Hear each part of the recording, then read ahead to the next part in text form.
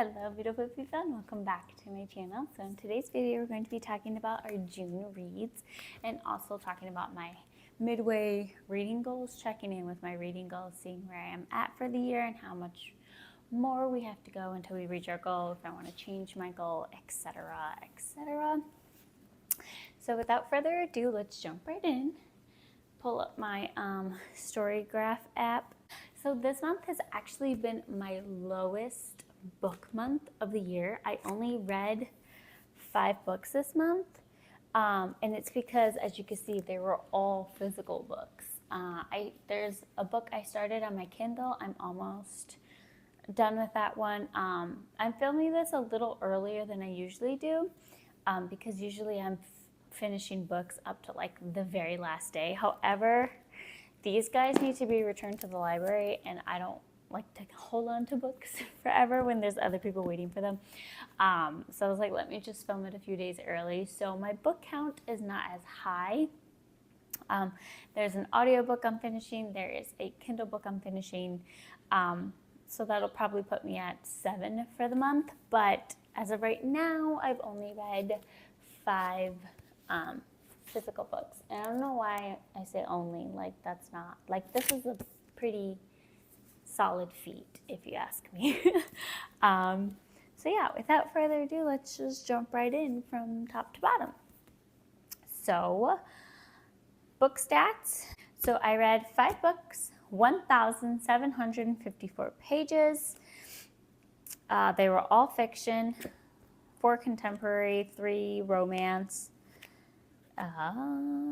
What else? My average star rating was 3.65, which is much better than last month, because if you guys remember, we had a lot of just 3-star reads.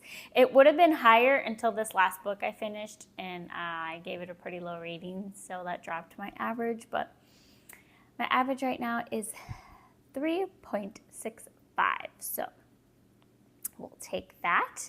And so yeah, let's just jump right in. So this is What Happens After Midnight by K.L. Walther. The other book, or the book that I'm reading on my Kindle, is also by her, and it's hold please, what is it called? The Summer of Broken Rules, that's what it's called. So I'm reading that one on my Kindle. Like I said, I'm almost done with that one. But this one is just about a group of seniors who are at a boarding school, and every year they have like a senior prank, and Lily, who is the main character in here, ends up signing up to work with the jester, who is the person who's nominated by the jester the year before, and no one knows who they are till they meet up for the first time, so it's kind of like a top secret thing. And so she agrees to help the jester, and it ends up being her ex-boyfriend. And so it's basically how they spend the whole night with each other, and there's other people involved too, but her realizing that her feelings for him never really went away and she's still in love with him, blase blase. You know, it's kind of like it was very easy to read. My husband bought this for me because we went camping and I thought I brought my Kindle, but I did not. So he got this book for me, which was nice. So I got this, and I gave it a 3.75. So not too shabby. It was a very easy read. It's young adult, so it's a romance without any spice in it, if that's something you are looking for. So it was a fun, lighthearted read. I personally love the Schitt's Creek references. I love the TV show Schitt's Creek. It's hilarious to me. And I quote that show constantly with my best friend, Sonia. So for them to have like the banter of Schitt's Creek back and forth between them, I thought was pretty funny. But yeah, so set in a boarding school, but it kind of gave off like summer camp vibes, honestly. And it's a quick beach summer read. So I'll put it here. So that's the first one. The next one is The Love Wager by Lynn Painter. And I gave this one a 3.25 stars. Again, super easy read, perfect for a day at the beach. It's cute, funny, predictable, and it's about Hallie Piper and Jack, who basically make a bet with each other to see who can find their soulmate first. kind of thing, and then as you know, they end up like falling for each other instead. So like I said, it was cute, funny, predictable, but I loved the banter between the characters. The banter was very good between them. So it was a fun, lighthearted read, and it's perfect for if you need to get out of a reading slump. I think this would be good because it's pretty, yeah, it's 300 and, hold on. No, it's not. It's 293 pages. So quick, short read. So if you're in a reading slump and you need something that's going to get you out of it, this would be a good book for that. So that is The Love Wager. The next one is Wildfire. And as you guys know, I read Icebreaker last month. This is the second book in the series, and it is about Russ and Aurora Roberts. And this is actually takes place at a camp. So basically, Russ and Aurora have a one-night stand, and then they both go to work for this camp for the summer and realize they are both camp counselors there. And there's a no fraternization policy among employees, so they're kind of like, liking each other but trying to not show it kind of thing. I did like their relationship. I gave it 3.5. Yeah, 3.5 stars. But some of their interactions were like super corny. And I mean, I love a good cornball thing when it comes to, love scenes, I guess. Or I guess when it comes to like banter, like corny dad jokes, love them. But like these, I can't even remember. I should have like marked where it was, like put something there so I could go back to it. But there's just some things that they say to each other that I'm like, okay, that was a little too corny. You know what I mean? But other than that, it was very cute.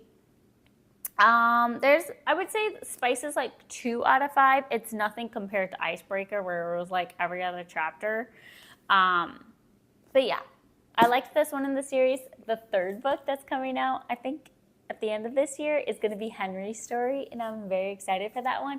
And at the end, so the last chapter of it is like 9 years later, so you get like a little peek as to what happens with Henry. So I'm very excited to read the third book. That's going to be his story coming out. Let's talk about my least favorite one before I talk about my favorite one.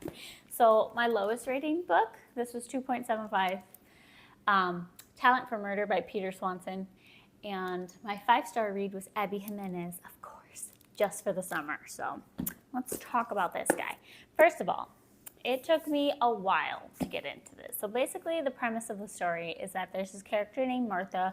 Her husband, Alan, travels a lot because he sells supplies to teachers and stuff. And yeah, so her husband travels a lot. And then he comes home from one of his trips one time and she finds like a spot of blood on his shirt. And so she thinks that her husband's a serial killer. And then it's her bringing in like her best friend from college to help her investigate and all that stuff. And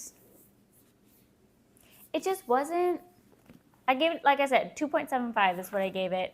And I just don't think, okay, if my husband comes home from a work trip, my brain, like if I see a drop of blood on his shirt, I'm not going to be like, oh my God, my husband's a serial killer. I'm going to be like, babe, did you hurt yourself because I saw blood on your shirt when I was doing your laundry? You know what I mean? Like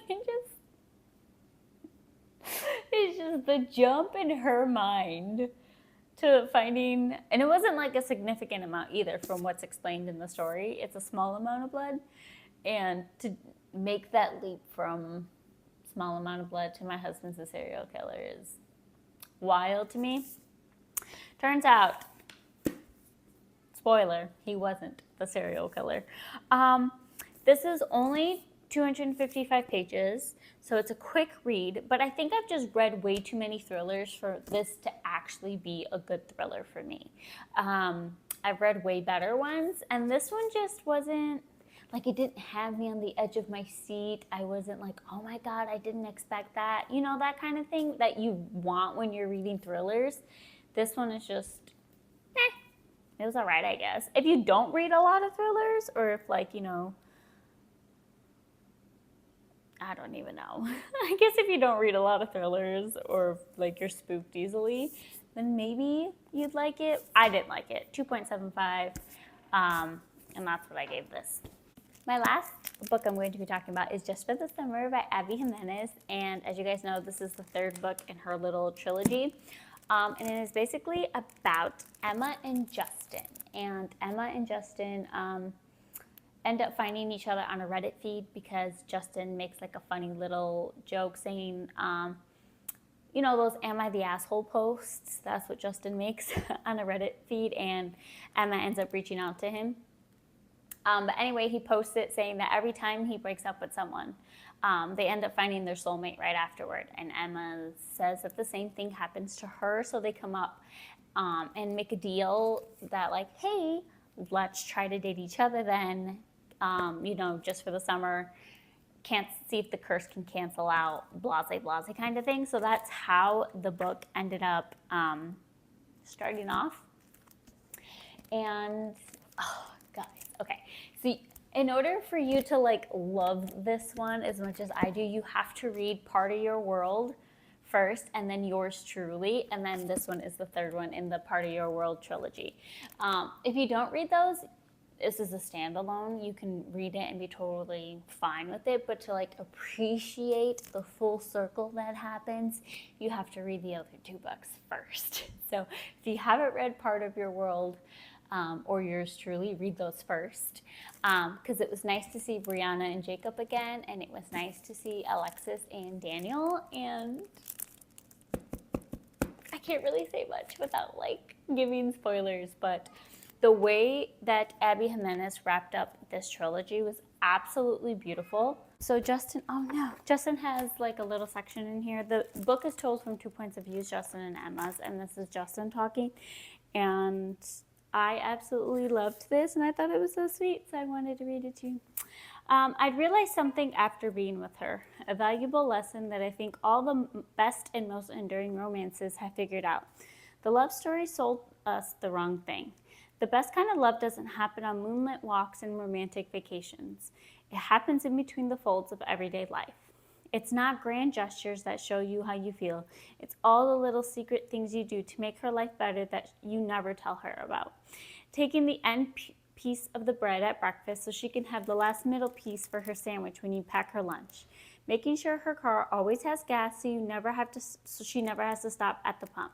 Telling her you're not cold and taking your jacket when you are in fact very, very cold. It's watching TV on a rainy Sunday while you're doing laundry and turning her light off when she's fallen asleep reading. Sharing pizza crusts and laughing about something the kids did and taking care of each other when you're sick. It isn't glamorous. It isn't all butterflies and stars in your eyes. It's real. This is the kind of love that forever is made of. Because if it's this good when life is draining and mundane and hard, think of how beautiful it would be when the love songs are playing and the moon is out.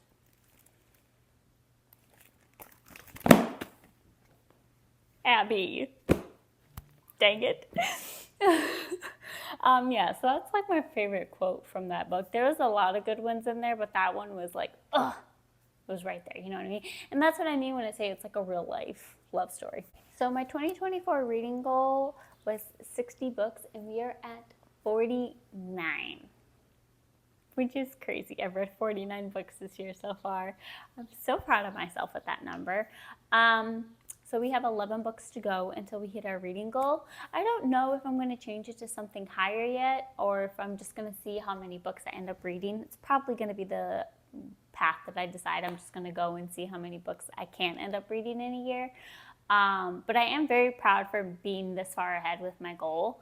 I think the app says I'm like 20 books ahead or something like that. Hold on, let me see.